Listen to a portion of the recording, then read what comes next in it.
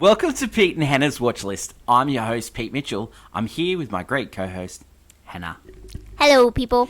Hannah, we're here today for AFI Top 100 10-Year Revisited. But before we begin, let us tell the viewers and the listeners what they should do. Could you pretty please leave a like and subscribe to our channel? Please. Subscribe. Yes, do that. Leave a comment down below your feedback on this show, any of our other shows, thoughts, feelings, all that jazz is welcome. Hit the notification button and you'll get great content like this one, including What's Next, the show where we help you figure out what to watch next. A Minecraft movie. We did yesterday. Dogman. Awesome. All that jazz. Loved Minecraft. Not that movie. I was just saying all that jazz and I'm like, that's not the movie. Hannah, we're doing we're doing AFI Top 100. That's right. Big show today. Big show. And then tomorrow is movie news. Ah. So we'll catch up with all the news and preview the movies that are coming out next week. That's right. Let us get on to today's show. Really quick intro today because it's very important. It's going to be a long one. Godfather Part 2. 2. Movie number 32 on the AFI Top 100 list. Mm-hmm. Have you looked forward to a movie more than this one? There's movies on this list. I mean, this is the first. So far. This is first of many. Yeah, so far, out of all the movies we've watched so far, is this the one you go, oh, I'm really looking forward to this one? Doing this show, yes. Watching it, I think it was probably something else. But okay, this is. Have we seen this? Yes. Yes, we've seen it on the big screen. We have. We have watched. We've watched when we did the anniversary a couple of years ago. Coppola re-released them, and re-released the third movie. Yep. Mm-hmm. Coda. Where do we watch it? We own a copy. Yes. Awesome. The elevator pitch for Godfather Part 2. We have two concurrent stories. One where Michael continues to run the Corleone family, and two, the one where Vito rises to power from immigrant to the godfather of the family. Making studio is Paramount Studios. Directed by Francis Ford Coppola. Written by Francis Ford Coppola, Mario Puzo. Mario Puzo's work was based on The Godfather, the book. It was produced by Francis Ford Coppola. It stars Al Pacino, Robert Duvall, Diane Keaton, Robert De Niro, Talia Shire, Morgana King, John Cazale, Marina Hill, and Lee Strasberg. Wow. Cinematographer, the great Gordon Willis, which we've had on the list before. Edited by Peter Zinner, Barry Malcolm, Richard Marks. Music by Nino Rota. The Coppola Company were the production company behind it, as well as Paramount Pictures. Distributed by Paramount Pictures. The release date was December 12th, 1974. And the running time goes for 200 minutes, which includes a short intermission when it was released in the cinemas. Yes. That's true. Hannah. Yeah. Hannah. Yes. Godfather Part 2. Yep. It's strange how we're doing a sequel before we've done the first. It's the only sequel on the list as well. Yes, and we're doing it before we've watched the first movie, which is further up this list. Yep, it's number 2 on the AFI Top 100 list. Crazy that it's number 2, and then you have this one all the way down here. So Godfather Part 2 it's exactly where it was going to be. Yep. So, yeah, that's cool, don't you think? Oh, yeah, no. Okay, so production. Cool. Okay, so before Godfather Part 1 came out, Mario Puzo started writing the sequel to Godfather Part 2. Started writing the script. Yeah. Because him and Francis Ford Coppola did the script. There's a great TV show called The Offer, which is on Paramount Plus, and so they go into this. And a lot of the research was this, also director's commentary. The Rewatchables podcast did a good episode on this. So a lot of research came from that, just to let you guys know.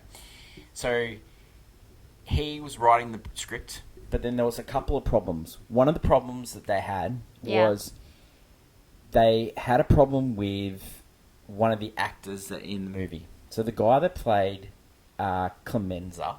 Oh, yeah. Right? They sort of had a falling out, so they couldn't use Clemenza. So they had to create another character. Yes. So that's why they created Frank Patangeli. Yeah, okay. Okay, so that was one of the things that they had to They had do. to do. That's interesting. Yeah. I didn't think so. Also, they wrote the script. They sent it to Pacino. Production's nearly starting, and it nearly ended because Pacino's lawyers told Coppola that he had grave misgivings with the script, and he was not going to come and do the movie. Really? So Coppola spent an entire night rewriting it, giving it to Pacino for his review. Pacino approved it, and it went into production. The film's original budget was $6 million, but it cost over $11 million. Some people claim it was over $15 million. Ooh. But this movie was a box office success. It wasn't as successful as the first one. Godfather, yeah. So this is the 1974. We had the Life and Times of Grizzly Adams. That was 21 million. Death Wish. Ooh. Death Wish. Paramount. Longest Yard. Paramount. 23 and 22 respectively. Airport 1975. Universal Pictures. 25.8. Godfather Part 2. 30.7. The Trial of Billy Jack. 31. Earthquake. 36.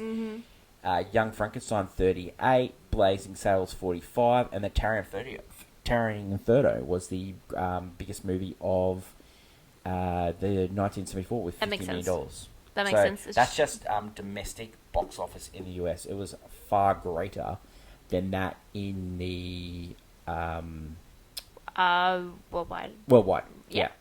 So, okay, so you had the story. You had coming off the success for the first one, which we'll go into great detail in later episodes.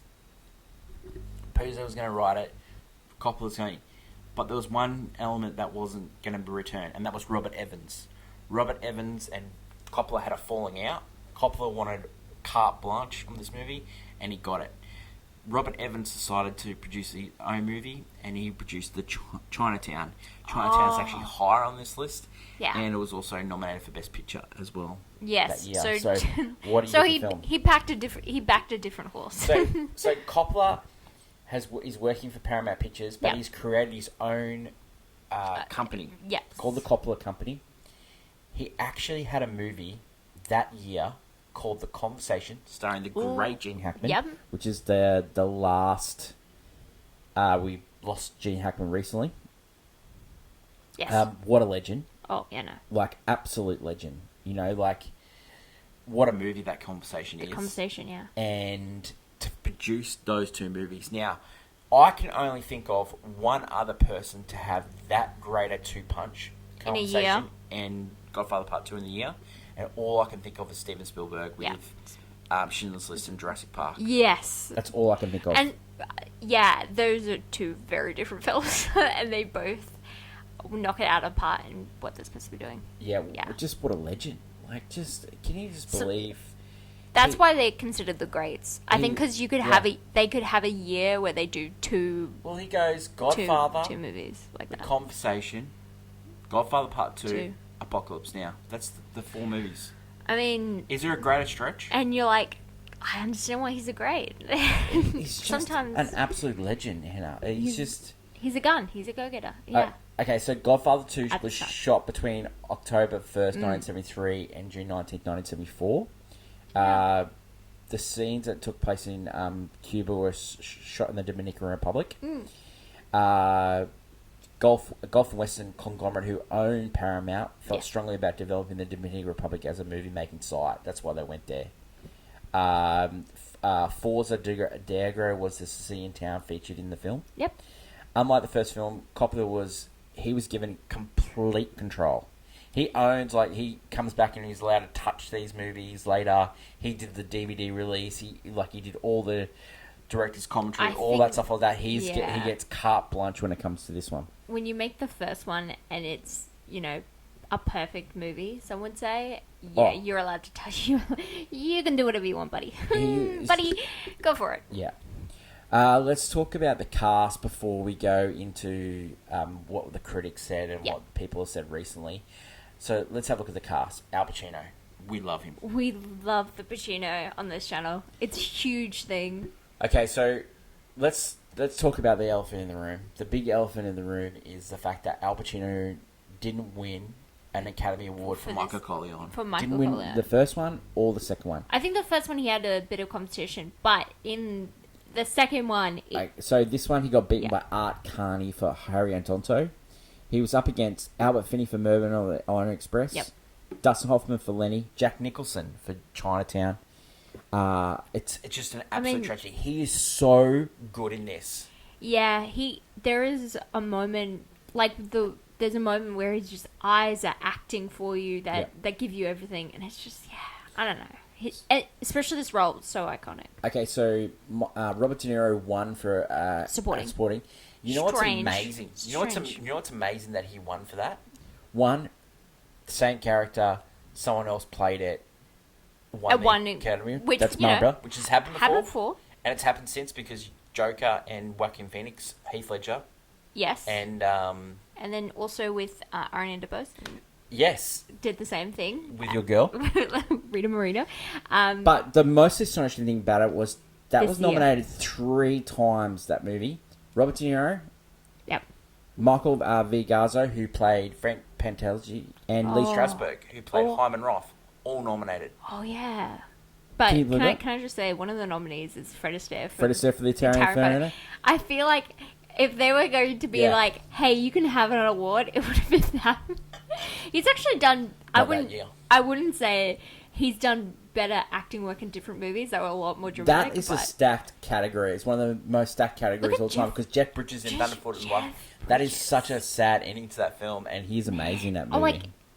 Honestly, you honestly could pick any one of those people, but I get why he went to De Niro, because I feel like it's just he's an actor that people. So he's a good actor. So no love for Diane Keaton. Ish. She has no love for this. Yeah, but that's... Talia Shire got nominated for Connie, the character Connie. I can understand that, but yeah, it's weird that Diane doesn't get love for this. Art direction went to Godfather Part 2. Cinematography didn't go to the Godfather Part 2. That went to the Towering Inferno. Hilarious. Costume design went to The Great Gatsby. What a year.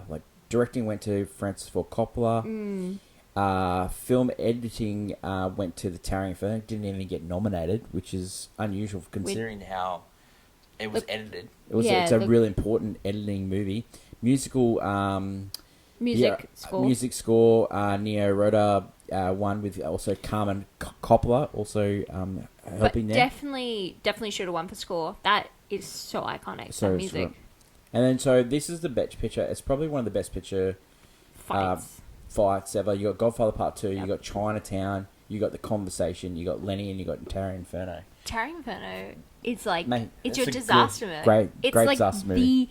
The disaster movie. What a great... It's just like we've had so many movies on from the 70s, but this is just the best year. That's a great year. I think the one with Rocky and Star Wars is pretty good too. Because I just think that... I mean, that's amazing too. Yeah. But yeah, the Godfather Part 2 against those movies, there are some years where you're like, I can't believe this one over. Yep. Godfather Part 2 did have competition. So this movie ended up making $93 million, which is a lot less than Godfather Part 1. Yes. But they got most of the actors back. They couldn't get Marlon Brando back. They wanted him to do one scene. Oh, the ending scene. Yeah. But he and Paramount were fighting. Of course. The only one that actually did come back was Sonny. So you got Clemenza didn't come back. Abe Vigoda came back as well. Mm-hmm. So yeah.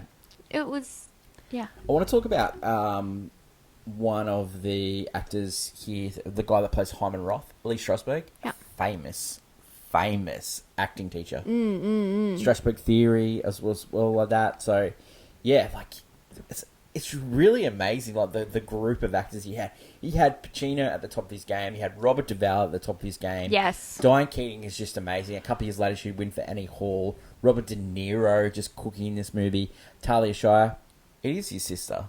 You got to look after sisters.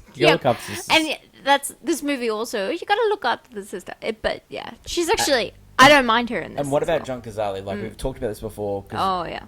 He's in The Godfather. Yes. He's in The Conversation.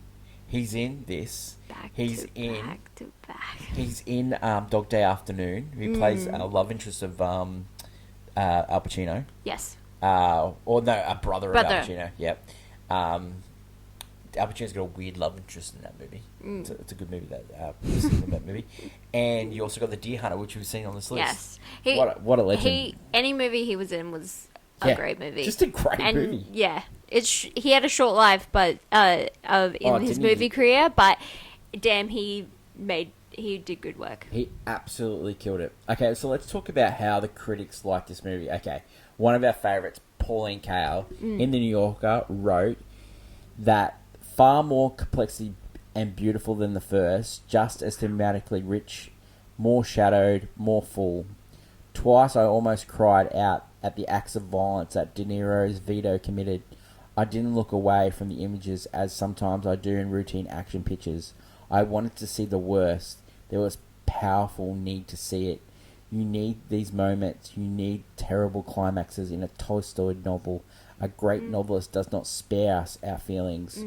He intensifies them, as does Coppola. However, the film's cinematography and acting were immediately acclaimed. Many criticised it for slow pace and convolution.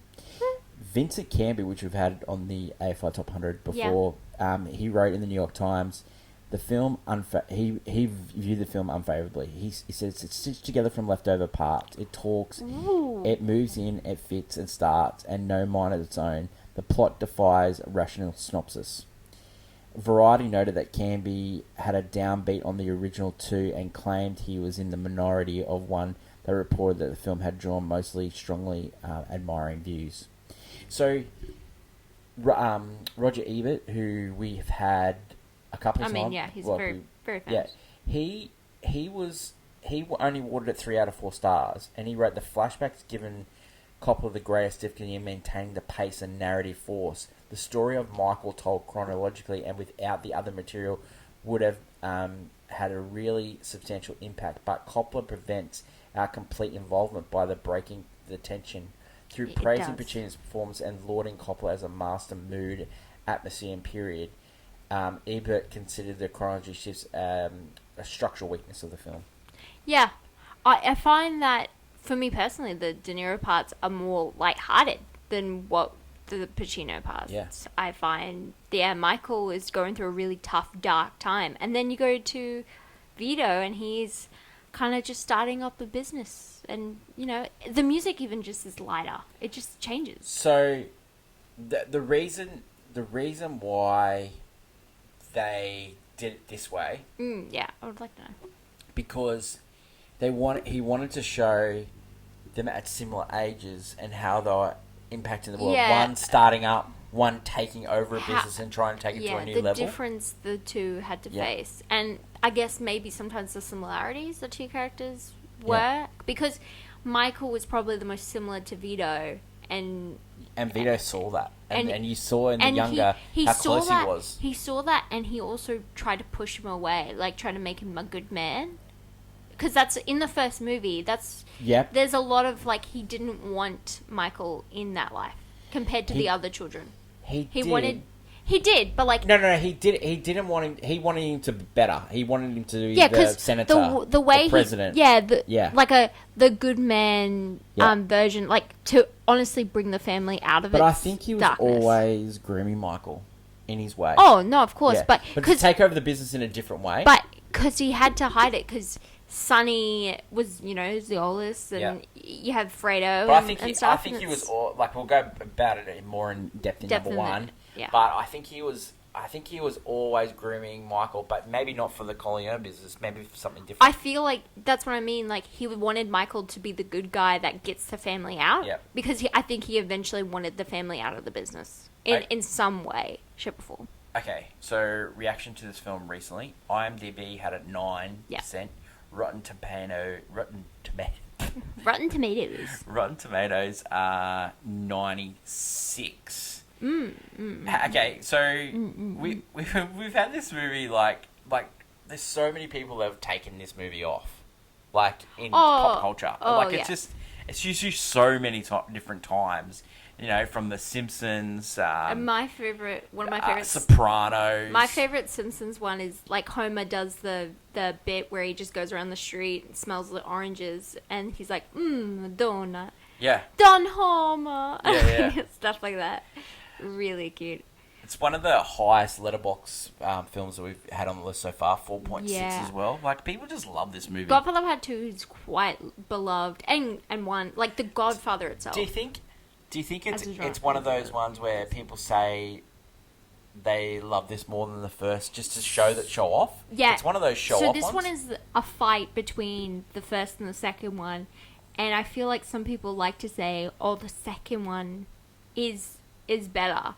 And I don't know, it's... Because it's one of those ones that say, oh, the sequel's better than the first, and everyone says Godfather Part 2. But the first... Yeah, I love the first. And not only... I prefer the first, but it's also... Like, the first and the second movie... Does the second movie... Is it even good without... That's the thing, is it good without the first movie? Yep. And I don't think the second movie is good, but you care so much about these characters because of the first movies. So it can, it plays into that, like, as a sequel, like, would it be good on its own kind of thing. And I think there's always a fight. But yeah, I think they just love the second one, I guess, because of the veto parts. I think the veto parts... Really? Yeah, you know why? Oh, the Michael bits. I prefer the Michael bits. But I would say they like the Michael and Vito because the Vito is so lighthearted.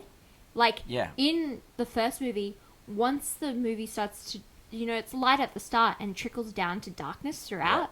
Yeah. This movie, it goes dark and then light and then dark and light because you have the Vito and Michael every bit parts. of Michael bits, he's as soon as you're getting Michael's getting, you're on the highest note, it will switch. Similar to, what's that new Florence Pugh, Andrew Garfield movie? We Live in Time. I hate that movie. That movie continuously switched just as you're getting into this really important, impactful moment between these two characters, and then it switched to a different scene, and you just felt taken out of it.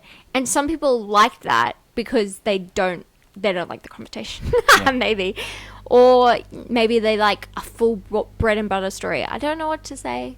I still don't think the second movie is the best, but I can understand why people say the second. But it's not true. Okay, Hen. Every Thursday on Movie News, we do a segment called Clickbait. Hot Takes. Hot Takes. Yeah. Last week we talked about what we watched and what we should say miss in the month of March. Smarch. Hannah, what is your hot take for The Godfather Part 2? My hot take. I'm going to save my real one for Part 1 because it's a good one. But this one, actually, while watching this movie, it became very clear, and it's similar. So we also had Goodfellas on this list as well, and stuff. The best and worst part of every mafia movie is the wife to the mob boss. I love Diane Keaton. I love Diane Keaton in this movie. She's the best and worst part. But also you could say for any mob boss, like any movie with a mafia man as your go-to, and then like the mob boss like wife. I think she's great. The reason I say this is because they are the moral compass usually for the main character because they're very dark and they're the villain, but we also see them as the hero. They're like this cool guy. Anyway, they fall in love with a woman, and this woman is always trying to bring them into the light. Like that's always trying to keep them on track. Is their stone, or their ball and chain. And so a lot of time their characters feel like they're nagging. Don't you think it's constantly? Interesting though, in this film and in The Godfathers, there's no, other than Sonny, there's no cheating on the wife. Vito doesn't cheat on Mama. Yes, very important about these two. and Michael doesn't cheat on Michael and Vito. Technically, but Michael, I will not give flowers because we all know what he does in the first movie. Abalone. Anyway. But yeah, no, I'm not saying they're bad, like, most of the time some of them do cheat.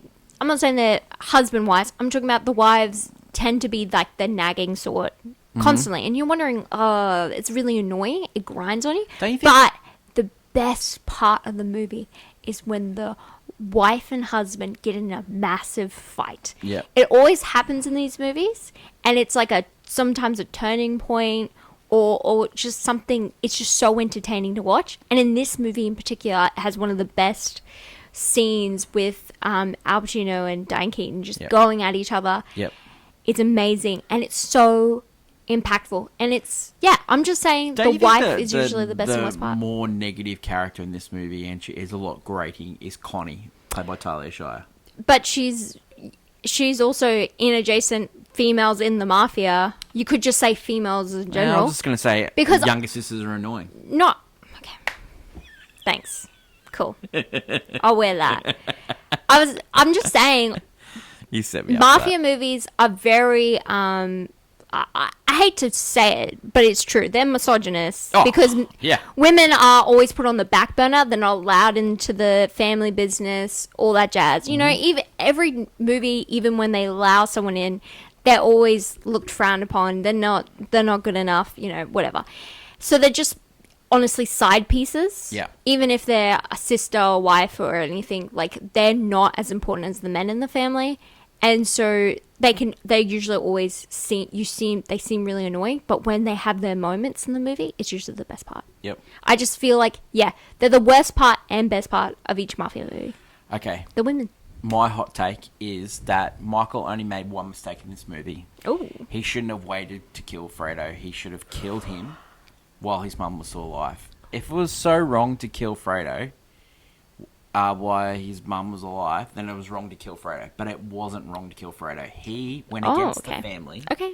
He tried to kill him and his wife and his kids. You're saying he gave him too much of a line. Yeah, he was trying to protect his mum. Nope, should have killed him. I think also himself, because he didn't want to be the reason his mum shuffled off the mortal coil because of Fredo's death. No, I think that plays a part. No, should have just finished him. I'm not. If it was wrong, it's wrong all the time. Just do it. Just do it. But it wasn't wrong. No sympathy. Just finish him. Finish him. All right, that was a quick hot take because this scene breakdown is the best of the series. Okay, let's start off with you put the movie on. Oh. The song starts playing, and you know what you're in for. Yeah. You just know what you're in for. The strings. Oh. You just sit down and you know you're going to be in for like 3 hours. It's an epic. It's a real epic you're about to watch. It's like buckle in, we're going hard. Yeah. Okay, so the movie starts with Michael as the Godfather getting kisses on the hand. So it's like a sort of like a recap of number one. Yeah. It's just a recap of number one.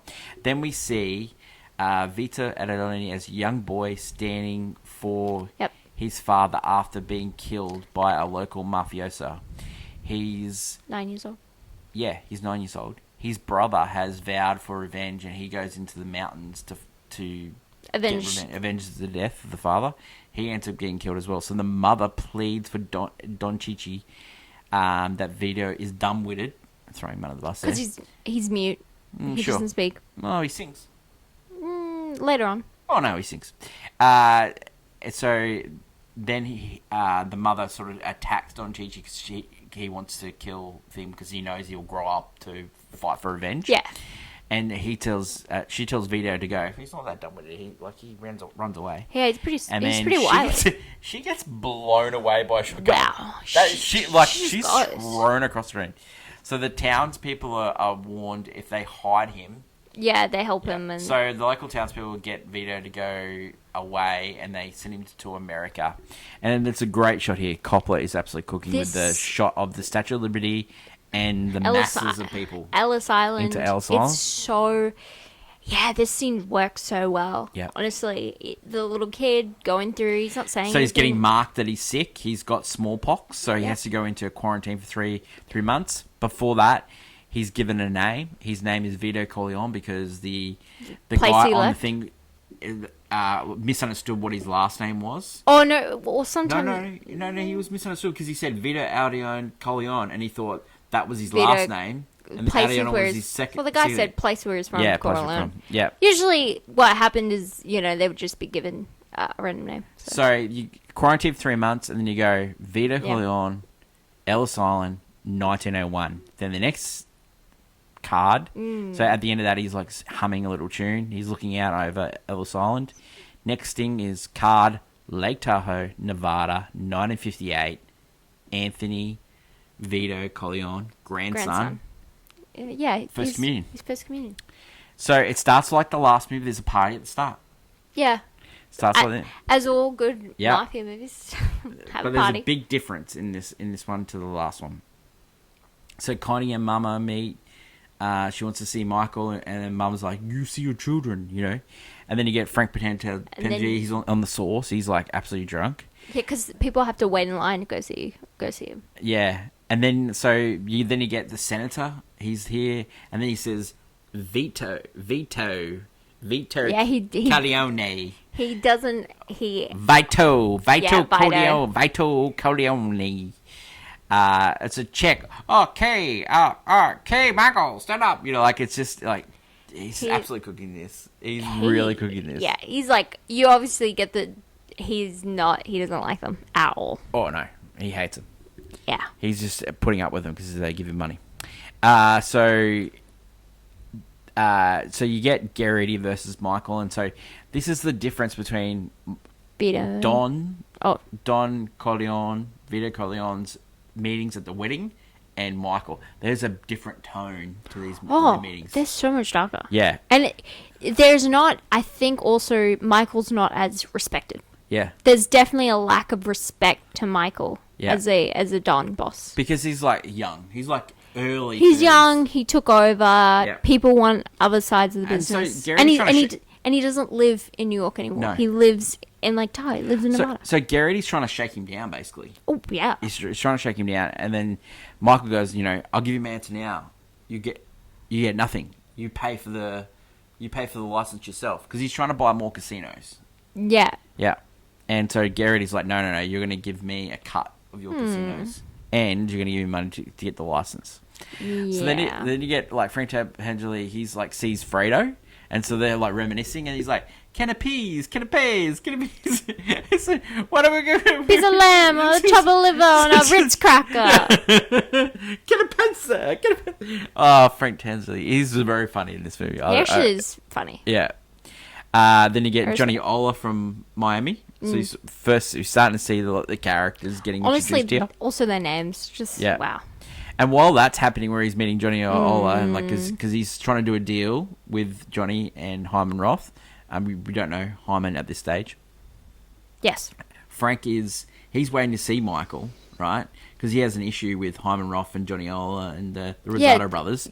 And so he starts singing with the band, and he gets Mama up on stage, and then they're doing like Pop Goes the Weasel and goes, no. It's like it's just like a big Italian party. Like that's how it goes, you know? So Frank is like absolutely drunk at dinner. He's like knocking over stuff. Fredo can't control his wife at all. He's like embarrassing Michael, and Michael like basically says it. And so then finally Frank Pentangeli and Michael meet, and they start talking about the Rosado brothers. Michael is trying to explain to him that he needs them to be at ease because he needs to do a deal with Hyman Roth. And then Frank Pentangeli is trying, don't trust Hyman Roth. Now, Michael your father, doesn't. Yeah. And you know that. You can sense it from the start. But he's not getting it. And he's trying to make a business deal. And Frank doesn't get it. He's trying to teach Frank a lesson, but he's just too drunk, and he just and Frank wanted the because the Rosado brothers were promised things after Thingo died, and so but Frank took them over, and he doesn't want to take them back, and he's causing a fight for no reason. Yeah, because he just. So Frank Pentangeli is taken over from Clemenza. So this is how they write that into the story. And Clemenza promised the Rosado brothers. Well, that's what the Rosados said. But Michael doesn't care because he wants them at ease because he wants to do this deal. Yeah, and he wants to see what Hyman Roth's got in his, you know. Yeah, because he needs to know this guy. Because isn't he trying to just like screw Hyman Roth over? I believe. Yeah, we don't know that at this stage, but it's coming. Okay, so we can sense that Michael does have an idea of something. Frank Pentangeli says, "Your father never trusted Hyman Roth, even though they did business together." You got Chi-Chi there. Chi-Chi is the he was in the first one. He was like one of the assassins, and he was Rocky's boss in Rocky Balboa. Yeah, he was, wasn't he? Yeah, he's quite good. He was a great number 2 of Rocky number 2 as well. Like, it's just... Oh, no, but I like him as the assassin. He's just creepy and slinky. I like it. Yeah, he's really good. I just love how when Frank Pentageli's like, Cheech, get the door. And like, I just love the whole Italian thing. It's just so good. So Kay reminds Michael of the promise that he made when they were younger, that they would be legitimate within 5 years. And it's been over 5 years. It's been 7. Yeah. And so then when you get... I know, okay. Then you get the attempt on Michael's life. Michael is like in such a good mood. Yeah, and then he goes into his own bedroom. And then like you get Kay. This is the first time he said, Michael, why are the drapes? And then like... Why are the drapes open? Yeah. And he just looks out and he realizes... Yeah. Gets down, shooting through the window. And like, let's be honest, that scene there, that's the end for Kay. Kay is over. She's over it now. Yeah, because they literally have just attacked them at their vacation home. Basically, they left the city to get away from it, and now they're being attacked in their own house. She's just completely over it. So I don't want to give it in the first one when she's shut out in the original movie, and in this one you can tell she was already fed up. Yep. And like, yeah, it was building up from the first movie. So Michael talks to Tom Hagen, who is his adopted brother. The adopted brother, who always wanted to be a part of the family. Yeah, but Michael has kept him into the legitimate side of the business, and the reason why he has that because he needs he's trying Tom to be outside. Tom to be outside, so he can. Now he brings him into the tent and says, "Look, I know because I can trust you. I know that someone close to his family is working with Hyman Roth to take me down, and you're going to help me." Yeah, it doesn't uncover it. It doesn't help that the assassins who tried to kill Michael were found dead on the property because they couldn't leave. And so Tom's taking orders, and they go, "Where's Michael?" And Michael's already gone. He's left. Yeah, because he has to go. But yeah, it's great knowing you can trust. He trusts him because he's a brother, but he had to keep him away because then he knows for sure Tom had nothing to do with it. Okay, so then we go back to 1917. So really, we're really just starting to really... We're getting into the meat of Michael. And we just go, oh, God, we go back to... All right. Hello, so this is Vito. where it's disjointed, right? So you go into Vito. So he's working at like a local... Butcher? Grocery store? Greengrocer? Yeah, it's Greengrocer. It's like a butcher or something? Yeah, it's got everything. Yeah. Because he gives him vegetables, remember? Yeah, that too. So he's having dinner with his wife, and then young Comenza throws Vito Corleone something and says, hide this for a couple of weeks. The young Comenza played by Bruno Kirby, and Bruno Kirby was in When Harry Met Sally. Oh, yes, and also he was. City Slickers. That's what it was, yes. The great Bruno Kirby. He throws him a bunch of guns. Yeah. Used for who knows what. Who doesn't care? So he gets fired from his job because the local mafioso guy... A nephew needs a job, so he's out. And he also goes to a show. And he sort of sees the local mafia guy. He sees the mafia. He's actually just like seeing this for the first time. Just like... And it's starting to crop up in his life, the mafia, and it's intriguing him. Yeah. It does. So then we're back into Michael's life, and he makes his way down to Miami to meet Hyman Roth. Hyman Roth, as we said, played by the great Lee Strasberg. And I love how he's doing this in this movie, and he says like his cadence. He's like, old man dying thing, and he's like he's been dying from the same heart attack for 20 years, and he lives in Miami. Yeah, he lives in Miami. Yeah. He's just, what a character. I love I love football. I also love baseball too. And what made me love baseball was when the White Sox got busted for doing the World Series. That was good. That was good. And then he's saying the Rosado brothers, Frank Pentageli tried to kill me. And do you have a problem if I, finish off Frank? No, go for it. I don't want any war. I'm just going to let you know that, this is happening. So he's trying to keep Hyman close. It's so interesting, yeah. So he's like, it's looking like a hit will be happening. So Michael goes straight to New York, goes into his old house, which now Frank Pentelgi is living there because that used to be Clemenza's house. Before that, it used to be Michael's house, which is his father's. And he says I used to play in the next room. We had to be quiet, but I learned many lessons around this table. And my father said one thing: keep your friends close, but your enemies closer. And that's what he's been trying to say to Frank. He says, you're going to go and you're going to do the deal with the Rosado brothers, and then everything's going to be good, and I'm going to find out what's going on with Hyman Roth. Yeah. Because Pentelgi is trying to say to Michael, hey, I don't trust, let's knock this guy. Let's do the muscle. Let's rock the Rosado brothers over. Let's lock Hyman Roth over. Because what Michael has said to Hyman Roth is that Frank ordered the hit on him, and then when he's gone to Frank, he's like, Roth has ordered the hit on me. Yep. Kind of seeing how each of them reacts to that, and he's playing the field, and you're seeing Michael at work, and it's real interesting. So, what this is all about is Michael is trying to find out who in the family is the daddy rat. And then we get a phone call from Johnny Ola to Fredo, and then you find out that Fredo was the one that was the leaky in the information. Is it too early to find out that it was Fredo? Fredo, I think, because maybe. Do you think it would have been better if it would have been played along that it could have been as Tom the or audience? Fredo? Yeah, as the audience. The reason I don't like Tom, because it's obviously established the reason he lets Tom be the head is because he's out of the business. But with Fredo, maybe you could have done Connie, if you wanted to play around with that idea.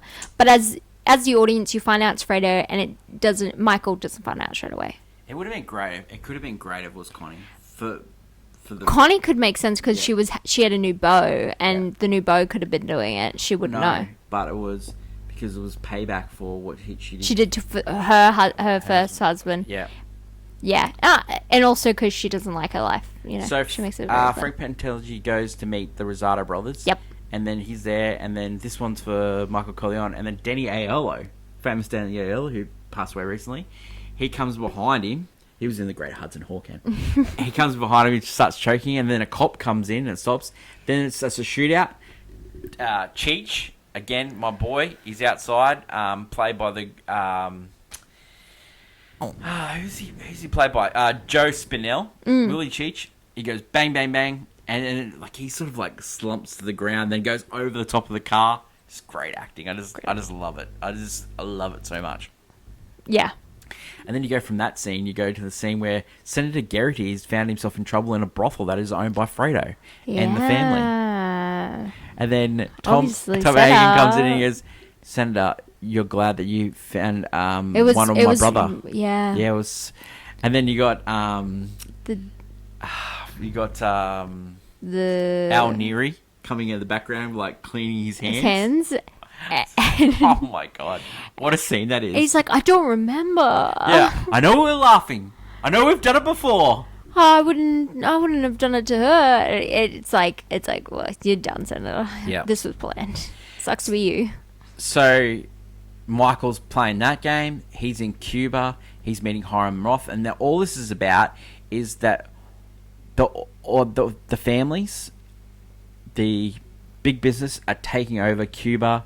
They're running casinos. Yes, they're running a tourism thing. AT&T, sugar, all that's going to be run through Cuba. Michael's supposed to bring money to pay into this sort of fund. Hyman Roth is waiting for that money. Michael doesn't give it over. A timeshare but kind Michael of situation. is really concerned because he sees the rebels. Yeah, he sees... And these are the rebels up. It's just Fidel Castro. Yeah. This is what you want to bring up your boy? Not yet. Too soon. So then Hyman Roth tells the story. He's have cake. I'll just have a little piece. And then Michael says, I saw something interesting today. Rather getting arrested, he blew himself up. And these guys can win. And then Hyman Roth goes, rebel, it's been in the blood of of these people. My money hasn't arrived yet. Where's my money? And he honestly, Michael looks at rebels and sees there could be so much trouble here. It's not worth it. It's just not worth it. Toomey never got to the island, Hyman Roth says, trying to put Michael at ease. Yeah. Yeah. Yeah. Mm. So Fredo comes to the island. He brings the money, and he doesn't know Hyman or Johnny L. Yes, he does make it. He goes, Michael, I don't know these people. Yeah. So they go out on a drink, and he goes, Mum used to call me a gypsy. Yeah, that I wasn't hers, and that I was left by gypsies. And then why didn't we spend time together before that? You know? Yeah, he's like, you're starting to get that Fredo is because like Michael's just being really nice. And then he sort of like drops it like as in I should have. It wasn't impersonal. Like it was, you know, I was, you know, like he was sort of like apologizing, and then he says, "Mike, guilt. how do you order a banana daiquiri?" Banana daiquiri. So Fredo's just so funny. Yeah. But it's that kind of he's guilty. He feels so much guilt, Fredo, and he just can't. Yeah, he can't explain it. So we go back to Hyman Roth. He knows that Fredo has brought the $2 million. Yep. He goes, "Where's that thing?" And he goes, "Oh, I'm just a little bit." Yeah. And then so Hyman Roth goes into telling the story of there was a man, and he created Las Vegas, and that man was named Mo Green. Mo Green. Man, he tells the story of Mo Green. That's the business we chose. Ha. Man, if I'm going to bed, and when I come out and I see the money, I know I have a partner. And if I don't, then I know I don't. I was like, all right. Simon's like trying to say to Michael that you're going to take over this business. I'm going to pass on soon, and you're going to take over. and then you'll take over. Michael is having friggin' nothing of it. Yeah, because he's like, you know, this guy has not died. So he knows, Michael, that this guy's all around it, right? So, Fredo said to Michael, I didn't know Johnny Ayala, I didn't know Hyman Roth. Yep. They go out for drinking. He introduced Johnny Ayala, and Fredo's like white as a ghost. The next scene, they're going to this sort of like strip show. Yeah. And he says, "Oh, where did you find this one, Fredo?" And it was Johnny Ayala. Johnny Ayala. Hyman Roth would never come to a place like this. Nah, this is... And so then Michael's like, oh, and then the music. Then there's a failed attempt on Hyman Roth at the hospital. Oh, from you know the Michael. From the classic assassin. Yeah, we've seen that before. We've seen that Michael play before, and then seen that Michael goes to Fredo. Gives him a big kiss at the New Year's party, by the way. A New Year's party, and I knew it was you, Fredo. You broke my heart. Hyman Roth's dead. Come with me, and then. The government's getting overthrown. Michael needs to get out because Michael knows that if he goes back to the hotel, he's going to get shot as well. So, like, because they're both going to be tit for tat. It's a bit. And then Fredo goes, "You're my brother. Come with me, Fredo. Come with but Fredo's he did kind of kiss Fredo on the mouth, almost kiss of death, kind of sort of. Yeah, and Fredo is. You know, he's like a loser. Yeah. So he was scared out of his mind because he does not trust Michael. Okay, so Michael comes home. He talks to Tom, and he says to Tom, "Okay, where's Fredo?" And like, so Tom's like, "I don't know where Fredo is. Like, no one knows where Fredo is. I think he's in New York." I don't know. And he goes, "Well, get a word out to him. It's all safe. Come home. I know Hyman Roth tricked you. It's fine. Come home." Even though, like, he knows what he's going to do. Yeah, and then come home. He goes, "Okay, let the boys back in. Let Neary back in." And then, because he's like, because we know Hyman Roth is. Yeah. Hyman Roth has gone to ground as well. And then, Tom Hagen goes, "Oh, sorry, Michael. Just let you know, Kay had a miscarriage." And then Michael, out of nowhere, says, "Was it a boy? Was it a boy?" Tom's like, I don't know. It's too easy to tell. Why don't you give me a straight answer? Was it a boy? Like, he's just lost it. Like, he's not been there. He finds out his wife's had a miscarriage, and he's like, that's his fault. Like, he's just, This, so, and then this is absolutely, we're on full boil at the moment. You're just loving this. You want to know what's going on. And then we go back to the boring bit, and Fredo is struggling as a child. Oh, yeah. It shows Vito, like, they got the rug and all that jazz. Like, Vito going up the world, he's squeezed. He's, like, selling dresses. So, Vito and Comenzo, they get a rug. Then they start a business together. Then they start a business. With, Abe Vigoda. What's that guy's name? What's Abe Vigoda's name? I did not know Abe Vigoda. Tessio. And so they're starting a business, the Chenko olive oil company. Yeah. Legit. It's 100% legit. But then they're getting squeezed by the mafia boss. Yes. And so he goes, look, I'm going to tell him we're going to give him $100, and then he goes, oh, what if he doesn't like that? And he goes, well, I'm going to make an offer he won't refuse. So he goes and sort of meets the local mafia boss, and then the mafia boss is like taking a shine to him, and he goes, look, here's all I've got at the moment. He is pretty cool. Yeah. He's playing it real cool. So then Vito like sets up and sort of like gives vibes of the Joey Zaza killed in Godfather. Coda. Joey Zaza. Yes, And this is a very cool. This is a very cool assassination. The way that he falls to the ground is just so good. The death, like where he gets shot in the chest, he opens up the vest, then he gets shot through the cheek, and then he's sort of like stumbling, and then just goes full to the ground. I kind of like thinking the shot to the cheek earlier. He grabbed Vito's cheek, and it was just like payback. Don't touch my cheek. Yeah. But also this whole like him going on the roofs, using a festival as like his cover for the sound of the gunshots. Yeah. Everything about this scene, it's actually really cool. But it is in a movie the way I'm more important about something else. But this is a very cool moment. Yeah. I will say, it makes Vito look like seeing Vito get his hands dirty this way is really interesting. Yeah. And then like once he's got his sort of like his colours, he's made his big thing. Yeah, he's getting a name. He goes back to the stoop and he's talking to his wife, and then he's got, Michael, your father loves you very much. That's what he says it, and then we get into intermission. And then New day. No. Straight after this, Michael returns home. The house empty except for Kay. Yeah, he's like the home's like quite. It's late in the year now. Everyone, with him just seeing him and Kay. It's like it's about to happen, but he's not going straight to Kay. When you'd think coming home he'd loved because he loves Kay. Yep. He does love the woman. Yep. But him not going straight to her just shows there's something bad brewing. And then you got Cheech. He's talking to Congress, and this is all a setup. So this is sort of similar lines of what the Kennedys did against the Hoffa and the mafia kind of the writing they're using like stuff that did happen. Yeah. And using that whole court case thing. I love it when a movie halfway through starts being a strong court case movie, i.e. like Oppenheimer. Big fan when it goes straight, just court case. Right. So then you go back and you go, Vito's on the job. He's trying to help his wife's friend out. Yep.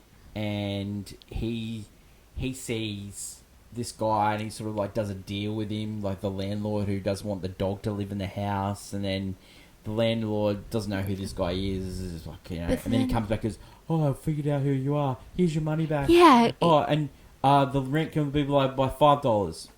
No, $10. Like, do you want a coffee? No, I've got another thing. Like, he's starting to get that. He's got that aura about him. Like, he's the boss. Yeah. Like, he's the Don. Respect the guy. So the new Don has to testify in front of Congress. And now... Yes, Michael. Now, you get the Senator Garrity get up. He gets up and... The great Italian people, it's not just smirched a few bad apples. That's how great, because at the start, he's like, I hate your people. Yeah. You people. And then he's being like on a leash. He has to be like, oh no. And let that not, discourage the great people. It's so good.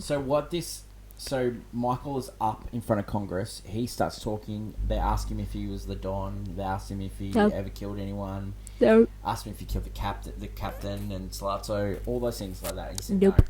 But it was all a setup because Hyman Roth's people were the senators there. Yes. And also they were hiding Frank Pentaggi, who thought Michael double-crossed him, and so he's going to double-cross Michael.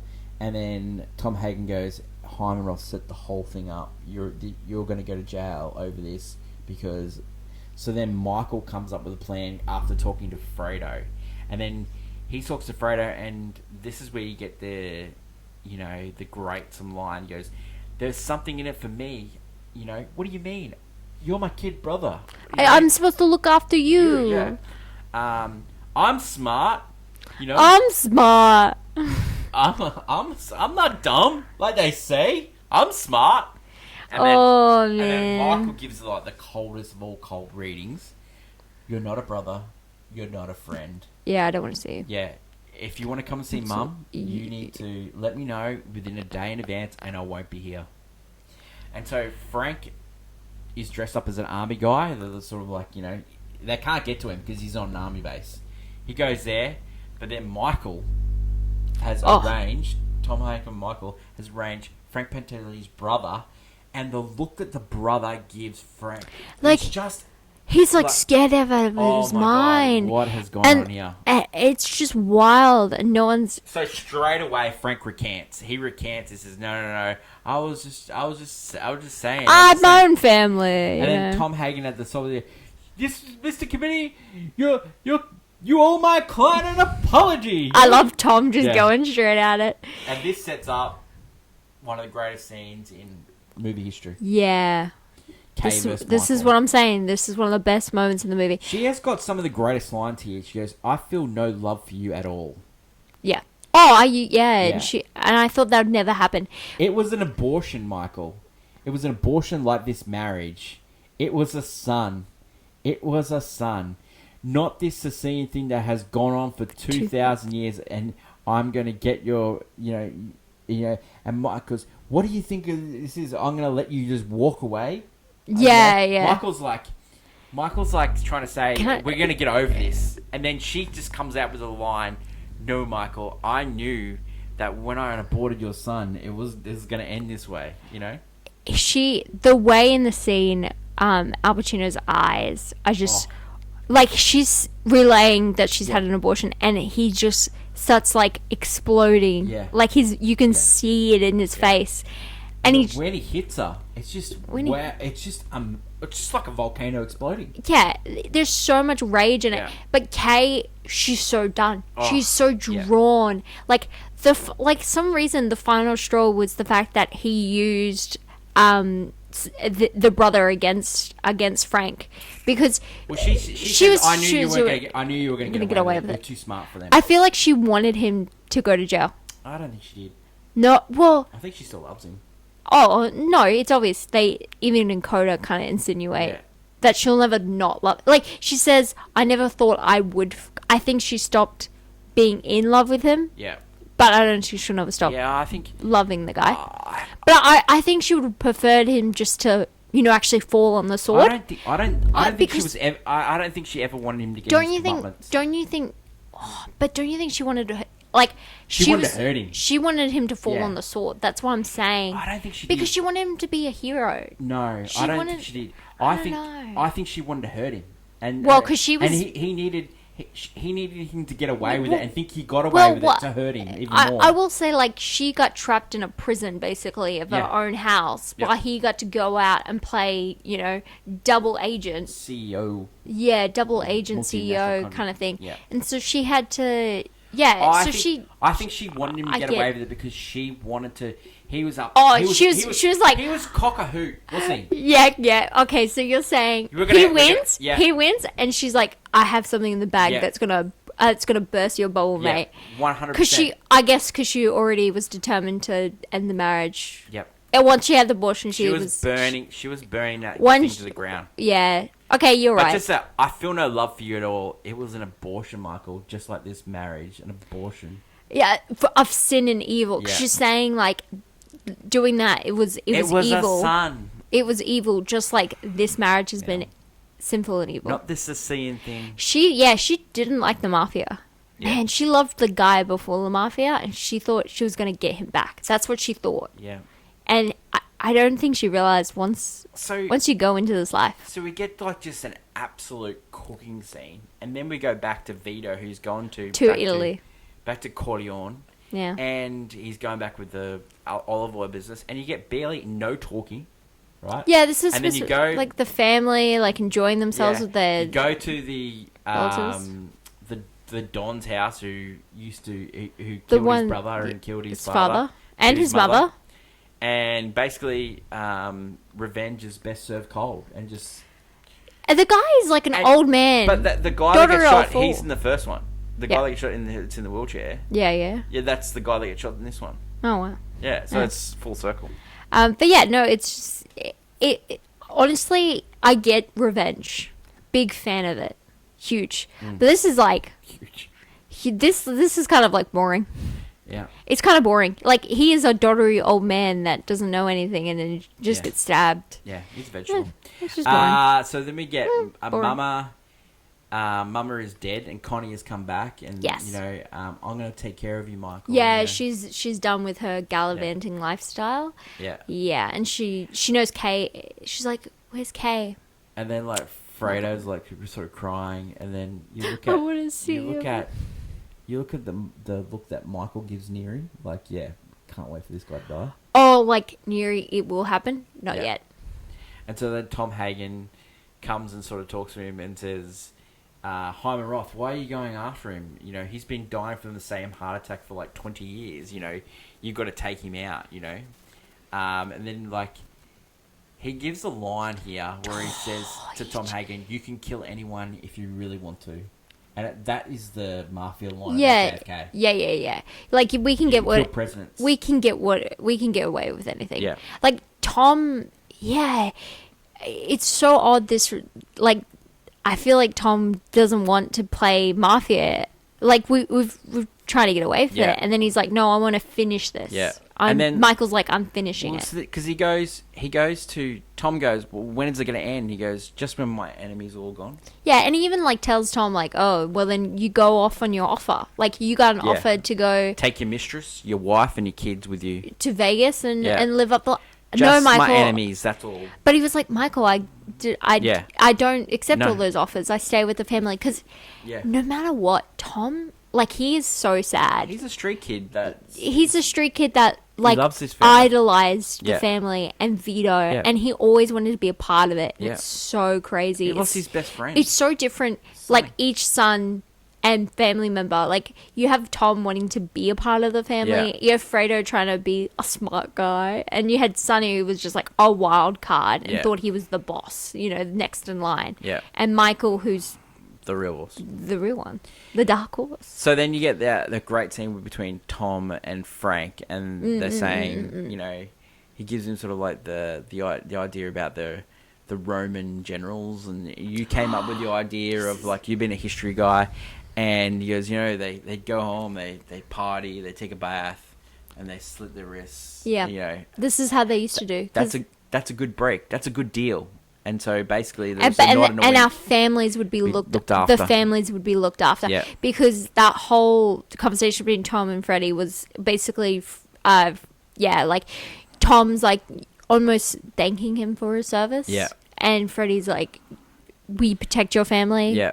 Yeah, without saying it, and it's so. Yeah. Did we have a good time? Yeah. It's so good, actually. Yeah, it's a great scene. It's you're leading the guy to his gallows, but. Yeah. Yeah, I reckon Michael V. Garzo, that's his best scene in the whole movie. Yeah. That's what he got nominated for. 100%. No, Yeah. it's fantastic.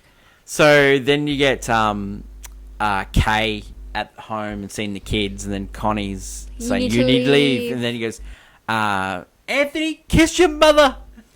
Say goodbye to your mother. And then, so Kay's just outside the door, and Michael comes in. He looks at her. This is the best he movie. looks gorgeous. Like the brown overcoat, He's given the brown scarf. He's given real It just Satan gives- vibes it just right now. gives- This is devil's advocate right here. And the look that he gives Kay, and then closes the door, and she's like absolutely It's like heartbroken. it is like the first movie when the door shuts on her, They actually look so good in this and then scene. in They this both scene, look brilliant. it's like him like, you know, you left the family, so you get shut out in the family once again. This is what happens. Yeah. Wow. I love it. Okay, so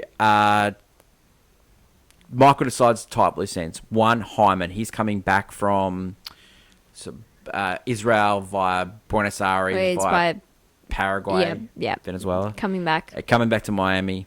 he sends one of his capos down to take him out, Rocco. Yeah. And Jack Ruby the situation. 100% Jack Ruby the situation. Jack Ruby the Having a situation. press conference, he goes, "I'm just a retired pensioner Coming back, who wanted to live their life in Israel. coming back for an election," and Yeah. then just shoots him, and then the cops shoot Rocco down.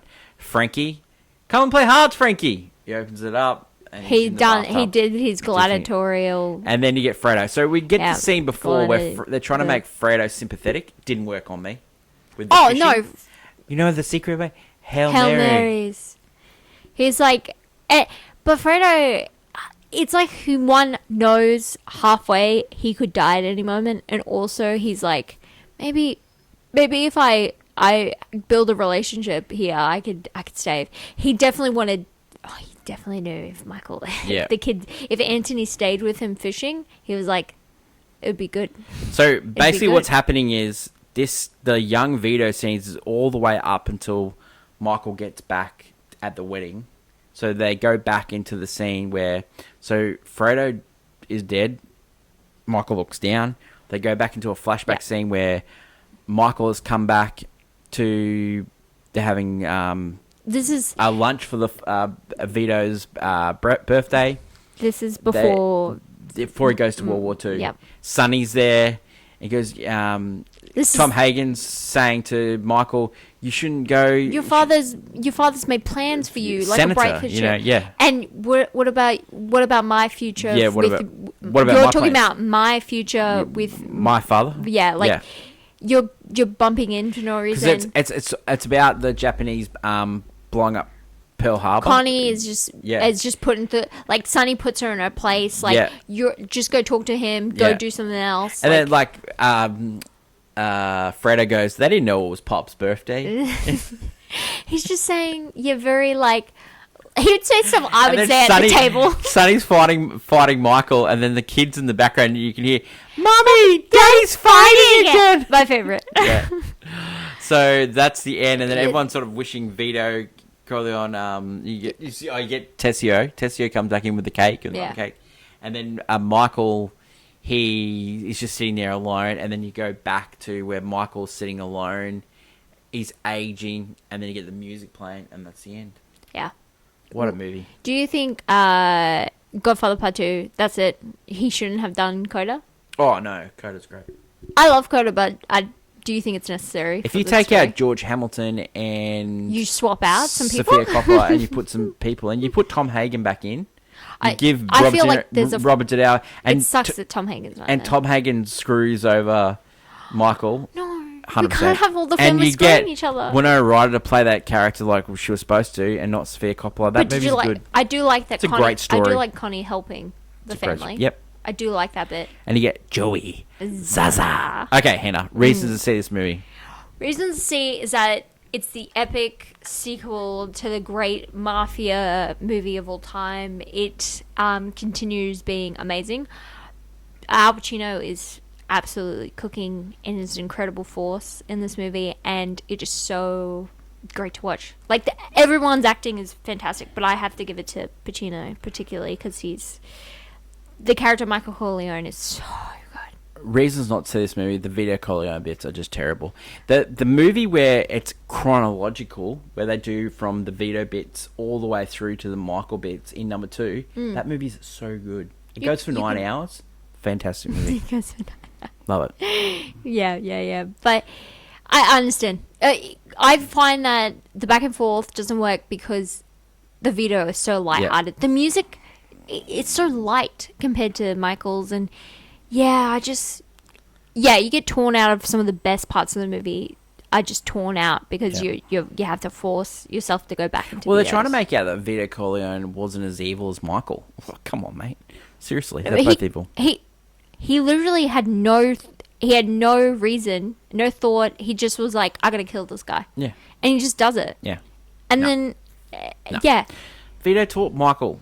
He's evil. He went to Italy for some revenge. Yeah. I'm sorry, that's a cold-blooded killer. Does this deserve to be on the list? Yes. Does it deserve to be higher? Yes. It should be higher. Yeah.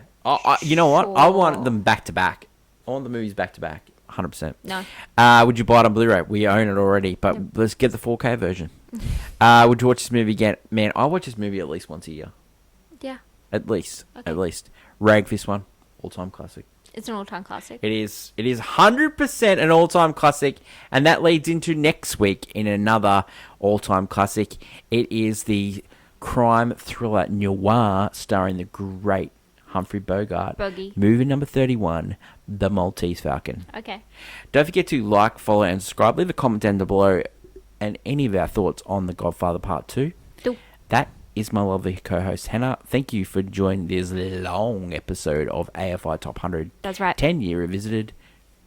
And long live cinema. It's bye for now. Bye.